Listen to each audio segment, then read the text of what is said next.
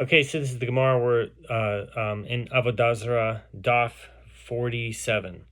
So I'm going to read a note at the end of 46. The dispute is where a person engaged in bestiality with them and they later become pregnant. So if a female animal was worshipped, or one engaged in bestiality with it before it became pregnant, the dispute is a general one with regard to the ruling in a case where an item is the result of both permitted and prohibited cases. So in this case, the offspring is the product of both a prohibited item, the female animal, and a permitted one, the male animal.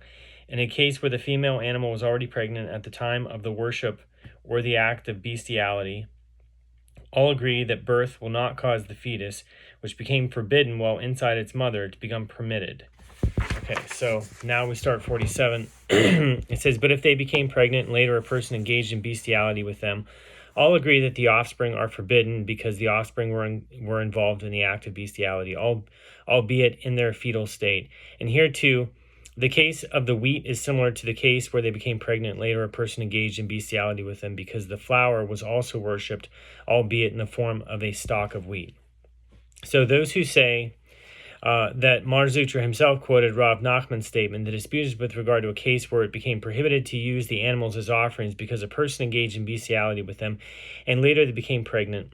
But if they became pregnant and later a person engaged in bestiality with them, all agree that the offspring are forbidden. And these stalks of wheat as well are similar to the case where they became pregnant and later a person engaged in bestiality with them. So the Gemara asks, how can these cases be compared? There, in the case of offspring that it is prohibited to bring it as an offering, it was initially an animal in its fetal state, and now it is still an animal. So a fetus is treated as a full-fledged animal, and the opening of the womb is compared to a closed door that holds it in its place. So here, in the case of the flour, it was initially wheat, and now it is flour. It is in a totally new form. Therefore, no proof can be derived from the Mishnah. Reish Lakish raises a dilemma. In the case of one who bows to a palm tree, what is the halakha with regard to its lulav? Is it permitted to use a lulav cut from it for the mitzvah or not? So for Sukkot, right? So the Gemara narrows down the dilemma. With regard to a tree that one initially planted for such an idolatrous purpose, do not raise the dilemma. In that case, the halakha is clear, as it is prohibited to use it even for an ordinary non-mitzvah purpose. Rather, raise the dilemma with regard to a tree that one planted and subsequently worshipped. And do not raise the dilemma according to the opinion of Rabbi Yoshi Bar Yehuda, who holds that even for an ordinary purpose, it is forbidden. So rather, when you raise the dilemma, when should you raise the dilemma? Raise it according to the opinion of the rabbis, the majority, who hold that such a tree does not become forbidden. What is the halakha with regard to using a lulav from such a worship tree for a mitzvah? Is it nevertheless forbidden because it is considered repulsive to use such a lulav for the Most High, for a mitzvah, or not? So when Rav Dimi came from Eretz Yisrael to Babylonia, he presented a different understanding of Reish Lakish's dilemma. He said, Reish Lakish raises the dilemma with regard to an Asherah whose status as an object of idol worship was revoked. So his dilemma is as follows. Is there a disqualification with regard to mitzvot, or is there no disqualification with regard to mitzvot? This lulav was once fit for the mitzvah since it was worshipped while attached to the tree. Is it permanently disqualified, or can it never be rendered fit? Or is the halakha that there is no permanent disqualification with regard to mitzvot, and consequently when the tree's status as an object of idol worship was revoked, the lulav became fit for the mitzvah? The Gemara suggests, resolve the dilemma from that which we learned in a Mishnah. So Hulin 37a, with regard to one who slaughtered an undomesticated animal or a bird and is obligated to cover the blood. If he covered the blood and it was then uncovered, he is exempt from the obligation to cover it a second time. But if the wind blew dust and covered the blood and no person was involved, he is obligated to cover it. And Rabbi Barbachana says that Rabbi Yochanan says, the Mishnah taught that one is obligated to cover the blood after the wind covered it, only in a case where the blood was then exposed. But if it was not then exposed, he is exempt from the obligation to cover it. And we discussed this issue and asked, when the blood was then exposed, what of it? Why is one obligated to cover it a second time? Once it was disqualified, it should remain disqualified. And when the wind covered the blood, the person was exempt from covering the blood. So if so, even if the blood is subsequently uncovered, he should remain exempt. Why then is he obligated to cover the blood in that case? And Rav Papa says, that is to say that there is no disqualification with regard to mitzvot. So once the cause of the exemption from the obligation is removed, one is once again obligated to fulfill the mitzvahs. So if so, Reish Lakish's dilemma is resolved. So the Gemara rejects this suggestion. It is with regard to Rav Papa's resolution itself that Reish Lakish raised the dilemma. So is it obvious to Rav Papa, based on the discussion with regard to the blood, that there is no disqualification with regard to mitzvot, and there is no difference whether that ruling leads to leniency, as in the case of the worship tree whose status as an object of idol worship was revoked, thereby permitting its lulav branch to be used for a mitzvah. And there is no difference whether that ruling leads to stringency, as in the case of the blood, where one is obligated to cover it anew. So, or perhaps, is he uncertain, and therefore, when that ruling leads to stringency, we say that there is no disqualification with regard to mitzvot, and one must perform the mitzvah. But when that ruling leads to leniency, we do not say that there is no disqualification with regard to mitzvot. The Gemara concludes, the question shall stand unresolved. So Rav Papa raised a dilemma. In the case of one who bows to an animal, what is the halacha with regard to its wool? May it be used for the sky blue wool, or techelet? The Gemara asks, the techelet wool in question is for which mitzvah? If it is the sky blue wool for the ritual garments worn by priests, then Rav Papa's dilemma is the same as the dilemma raised by Rami Bar Chama earlier in 46b with regard to the use in the temple of worshipped items that have since changed in form. And if the sky blue wool in question is for the mitzvah of ritual fringes, this is the same as the dilemma raised by Reish Lakish with regard to the use of a branch of a worship palm tree for performing the mitzvah of lulav. The Gemara answers yes. It is indeed so that Rav Papa did not need to raise this dilemma, as it was previously addressed, and the reason that he raises this dilemma is due to other matters that he needed to clarify. Concerning the use of parts of a worshipped animal in the Levites' ritual song, with regard to its wool, what is the halacha concerning using it for sky blue wool used in the performance of a mitzvah? With regard to its horns, what is the halacha concerning their use for trumpets? With regard to the bones of its thighs, what is the halacha concerning their use for flutes? With regard to its innards, what is the halacha concerning their use for harp strings? According to the opinion of the one who says that the primary element of song in the temple is the accompaniment by musical instruments, do not raise the dilemma, as it is certain that use of a worshipped animal is prohibited, because the musical instruments are items used to facilitate an offering. When should you raise the dilemma? Raise it according to the opinion of one who says that the primary element of song in the temple is singing with the mouth, and that the musical instruments are used merely to sweeten the sound, that is, to accompany and enhance the singing. And accordingly, one can bring musical instruments made of a worshipped animal's parts, as they are not an essential element of the temple service. Or perhaps it is nevertheless forbidden, since it is repulsive to use such instruments in the course of the temple service. The Gemara concludes, the question shall stand unresolved. So Rava raises a dilemma. In the case of one who bows to a spring of water, what is the halacha with regard to using its water for libations? The Gemara asks, what is the dilemma he is raising? If we say that the dilemma concerns whether he is bowing to his own reflection, or perhaps he is bowing to the water, why then is this a dilemma only with regard to libations in the temple? Let him raise a dilemma with regard to the use of a pail of water that a person bowed to, even for ordinary purposes. The Gemara answers, actually, it is clear that he is bowing to the water, and this is the dilemma. So Rava raises, is he bowing to the water before him, and therefore it follows that the first waters, that is, those that were present at the time of his bowing, are gone, and the water that is currently flowing is permitted? Or perhaps he is bowing to the flow of the water, which would render it prohibited to use all the water that flows in that spring for libations.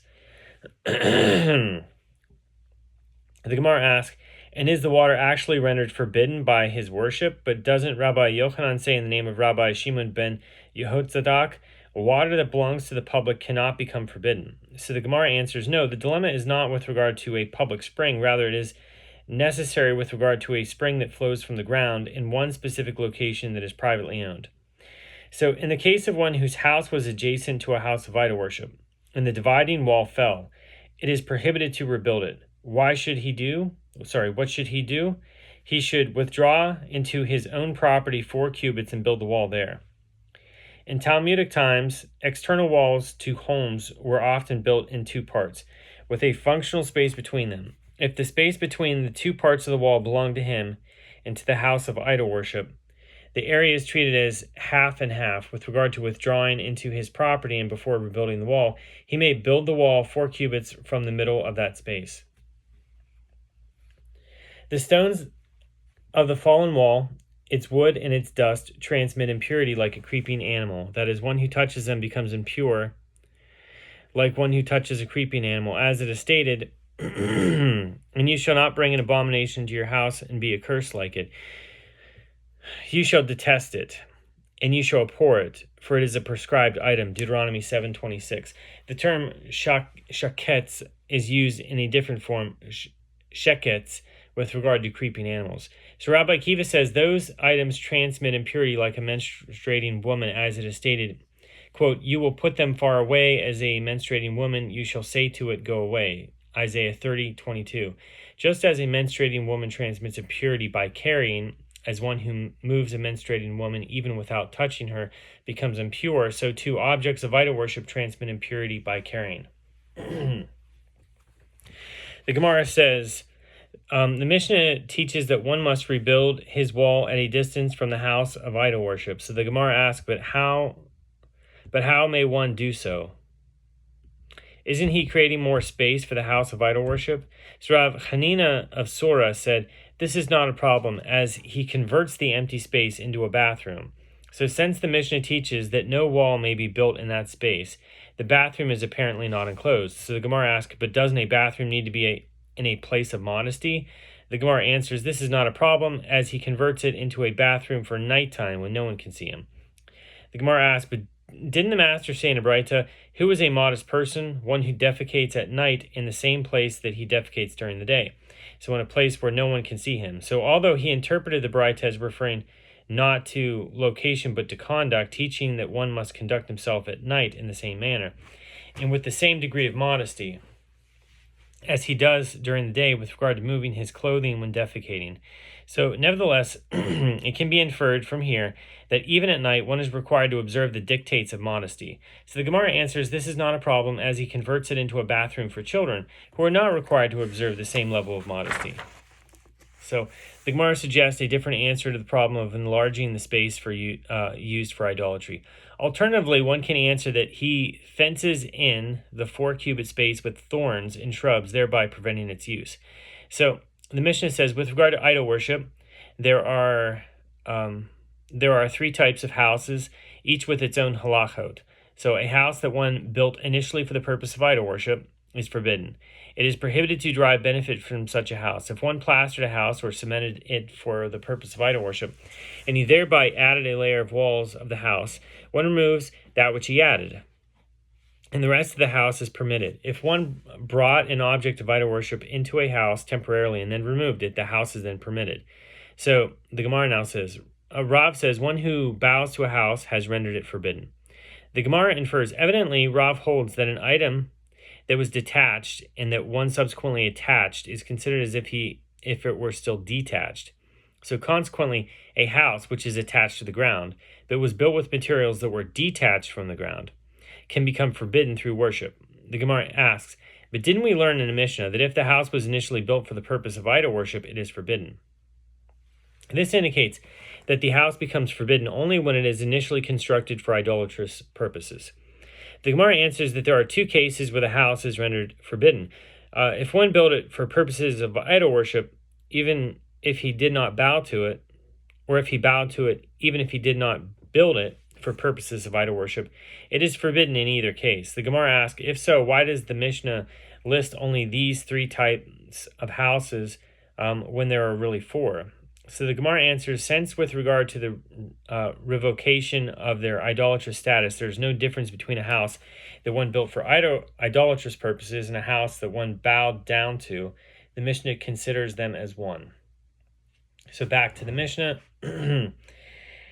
The Mishnah says, with regard to idol worship, there are 3 types of stones, each with its own halachot. A stone that one initially hewed for use in a platform, or bimot, for an idol is forbidden. So, if one plastered a stone or cemented it for the sake of idol worship, one removes that which he plastered or cemented, and the stone is permitted. If one erected an object of idol worship upon a stone and subsequently removed it, the stone is then permitted. Okay, the Gemara now says, the Mishnah teaches that one may not derive benefit from a stone plastered or cemented for the sake of idol worship. So Rabbi Ami says, and that is the halacha provided that one plastered or cemented within the stone itself by carving or engraving into it. If the plaster or cement was merely appended to the outside of the stone as an external ornament, the stone is not forbidden.